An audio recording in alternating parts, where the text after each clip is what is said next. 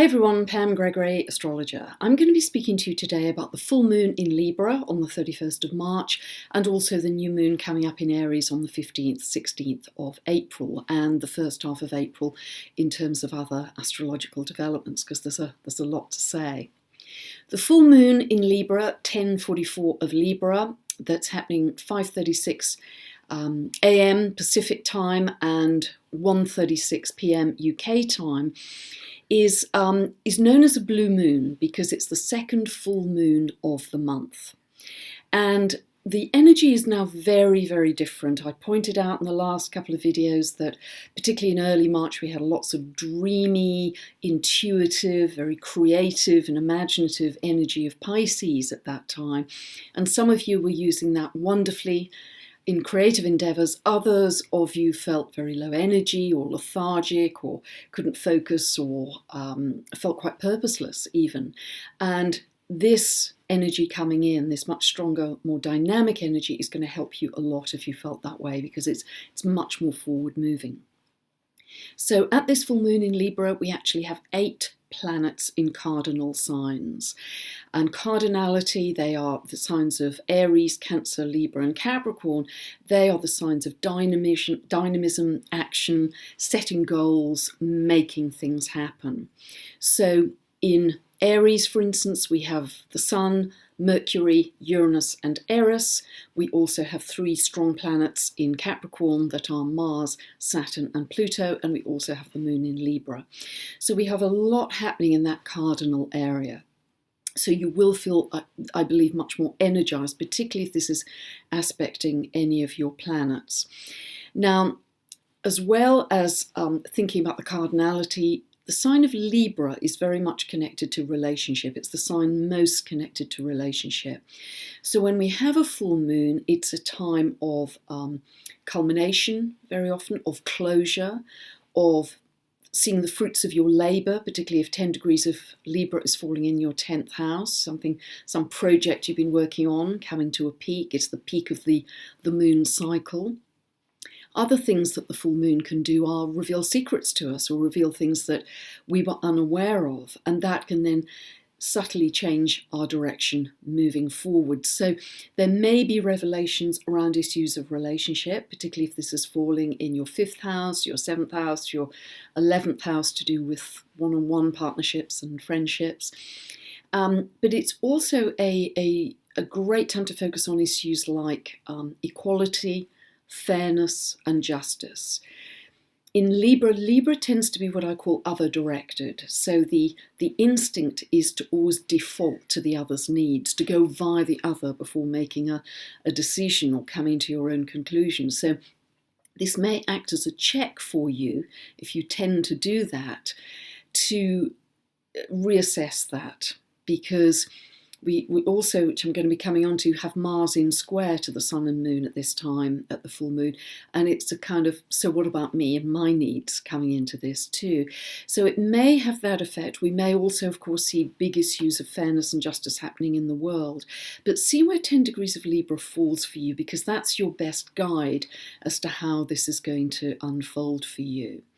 It's also a wonderful time for release. The full moon is always a time to release what no longer serves us. So if you are literally letting go a relationship or letting go a behaviour which defaults continually to the other and not getting your own needs met and giving away your power, then this is an excellent time to do that.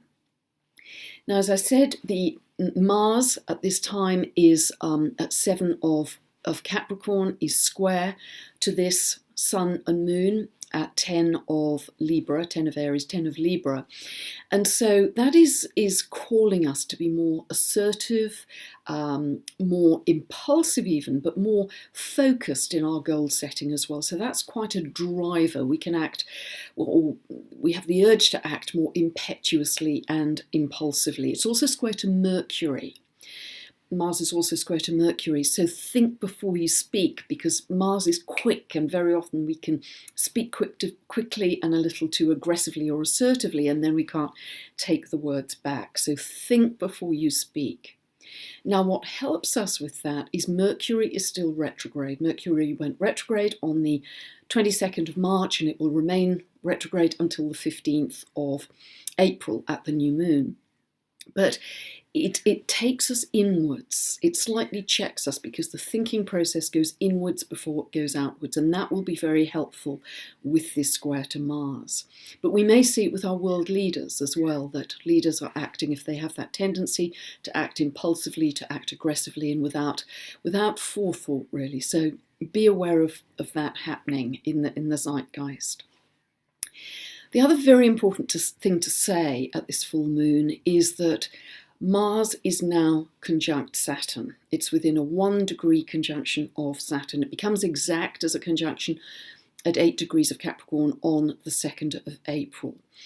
But this is another thing. I'm going to be talking about this much more in a moment, but this is another thing that will help to slow down that Mars impulsivity, as well as Mercury retrograde, because Mars is all about action. As I say, it's about goal setting, it's about focus, it's about I want it and I want it now. It's about the green light. It's just forward motion, very strong forward propulsion. So it's like having your foot full on the accelerator. But Saturn is really the opposite of that.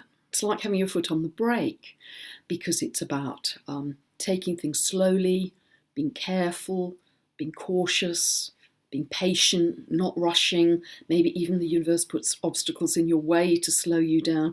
So the combination of these, particularly if you have anything around about 8 degrees of the cardinal signs, Aries, Cancer, Libra, Capricorn, may have the effect of producing some frustration or impatience.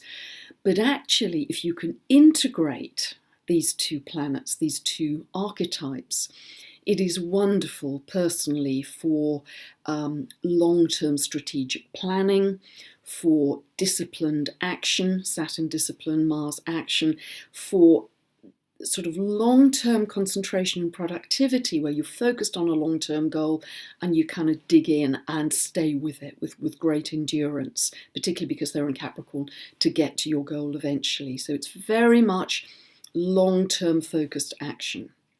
So it's extremely helpful for that. So see where 8 of Capricorn is falling in your chart. I see this in this aspect, Mars-Saturn, in the charts of people who go into the military over and over again, because of that disciplined action, they are naturally drawn to joining the army, navy, air force, whatever. So it is very connected to militarism, this aspect. It's quite warlike, I have to say. It can even be connected to the introduction of military police in some countries. And in order to see where it's going to manifest most strongly, we have to look at where this conjunction happens and set up charts for different geographies. For instance, if we set up a chart for Washington, D.C., at the time this conjunction becomes exact at 11:44 a.m. on the 2nd of April, we can see that it falls exactly on the descendant of the US chart. And that is very powerful, because that is about open enemies, it's about foreign relations. So there's going to be something very strong and assertive happening for the US at that time. If we look at another country, if we look at Japan, for instance, this conjunction is exact on the ascendant of Tokyo when it becomes exact. There's several other countries where this conjunction is becoming angular, and I list those in my monthly newsletter for April, where I can go into much more detail than I can here. So yes, it is very strong happening at this time. And so sort of be aware of that in the world. Be aware that issues of power are going to be coming up quite strongly as well. For instance, on the 11th of the month, we have the Sun square to Pluto at 21 of Aries and Capricorn, and that could be highlighting issues of power. Now, this can be power being asserted in the world, again, quite strongly. It could be turning the light on our own use of power. Do we abuse our power, or do we just give it away to other people and play the victim? How we use our power is our real responsibility, because the world only gives us a hard time, I feel, and people give us a hard time when we allow our power to be given away. Then on the 15th of April, and this happens this is a new moon. This is a new moon at 26 degrees 02 of Aries. This happens at 6:57 p.m. Pacific. Then it happens the next day, the 16th, at 2:57 a.m. UK time.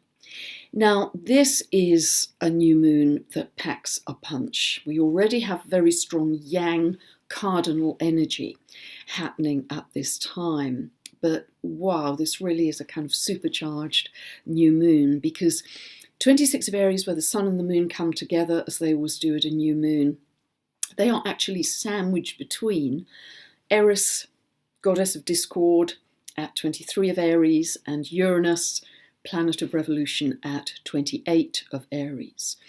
So this really demands a kind of surge of revolutionary energy. It's very interesting that Pluto is square to this group of planets. Pluto's at 21 of Capricorn, squaring all those planets, Sun, Moon, Eris, Uranus. And Mars is also in a wider square at 16 of Capricorn. So this is very, very strong, outward, assertive, dynamic energy. So essentially what's happening at this new moon is the Uranus-Pluto square that I've talked so much about since April 2011, effectively, is being highlighted yet again. And really it's being highlighted for about the last time, because it then starts to separate after April.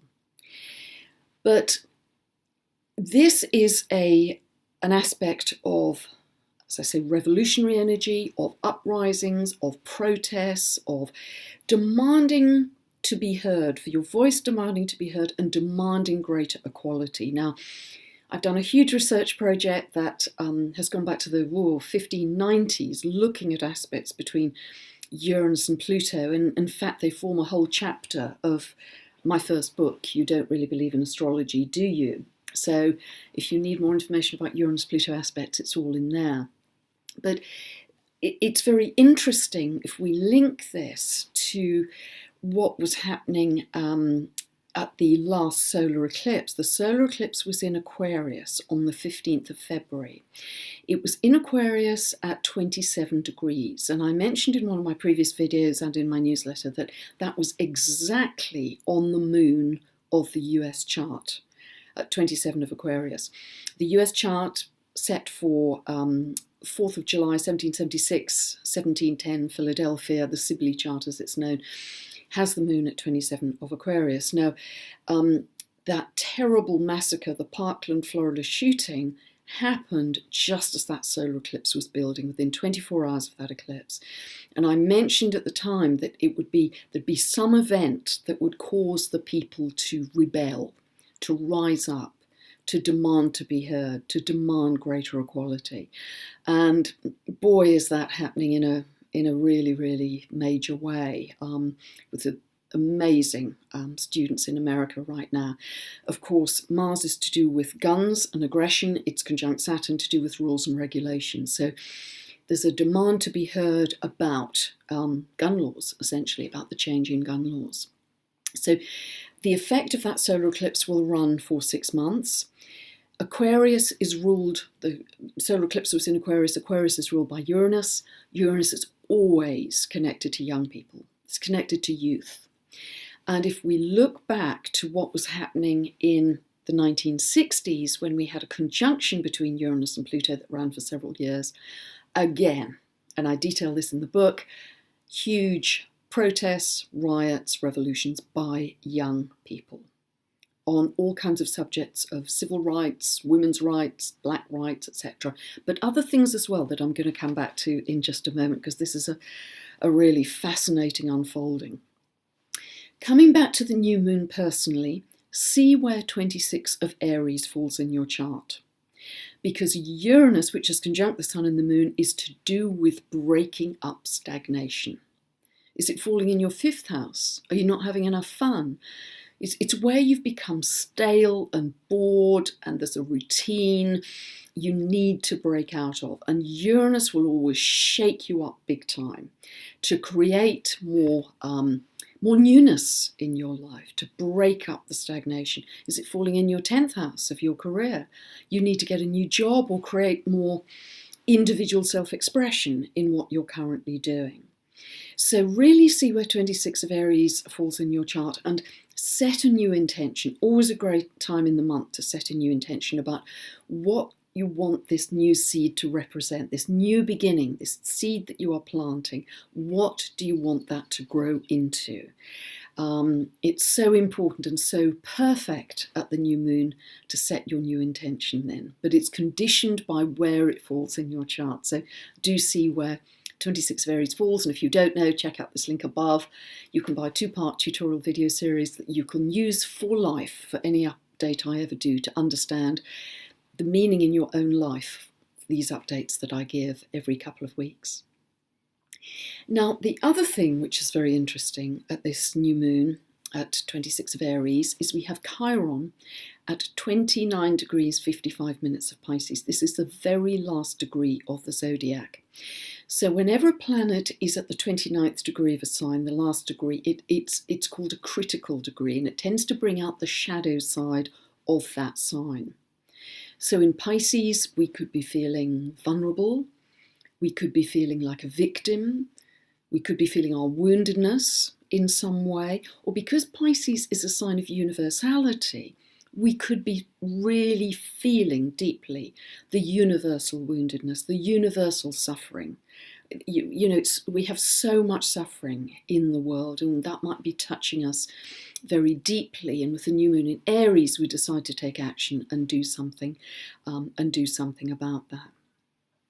Now, what's also fascinating to me is Chiron is about to enter Aries. It's going to do that on the 17th of April. So I'm going to talk more about various themes of that in the next video and in detail in my monthly newsletter, which you can subscribe to on my website, pamgregory.com.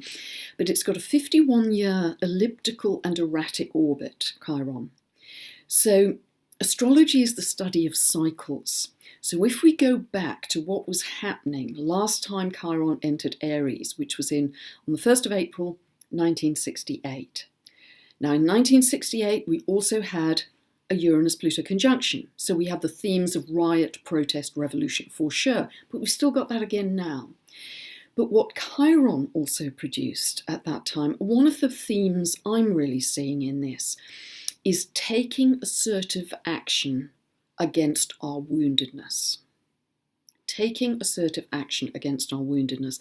And the reason I say that is, if we look back to 1968, there were massive protests by young people, again Uranus, in that aspect of Pluto.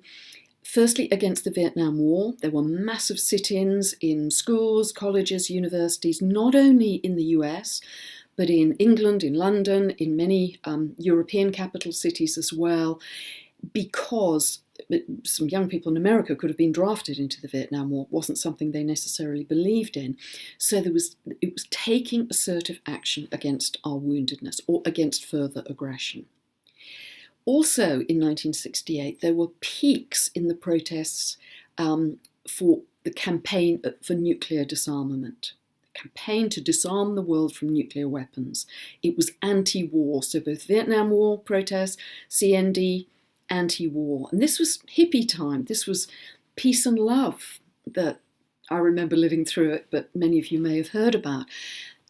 People, young people particularly, were broadcasting a message of peace and love. And I think with this strong energy happening in the world, that is going to be one of the big themes of Chiron moving into Aries, taking assertive action against aggression and against our woundedness. But of course, that's exactly what's happening in America with the students. In all of their marches, their protests, their sit-ins, they are taking assertive action against guns, trying to change gun laws because they have felt vulnerable. Chiron, with all there's so many people in schools have been massacred. So this is a fascinating echo of 1968 for me. There are others, but as I say, I explore those in the newsletter, and I'll touch on a few in the next video too. The other very different energy, which I really want to mention as well in this first half of April, we have all this extrovert dynamic action oriented energy, but we also have a lovely, beautiful trine between Jupiter and Neptune.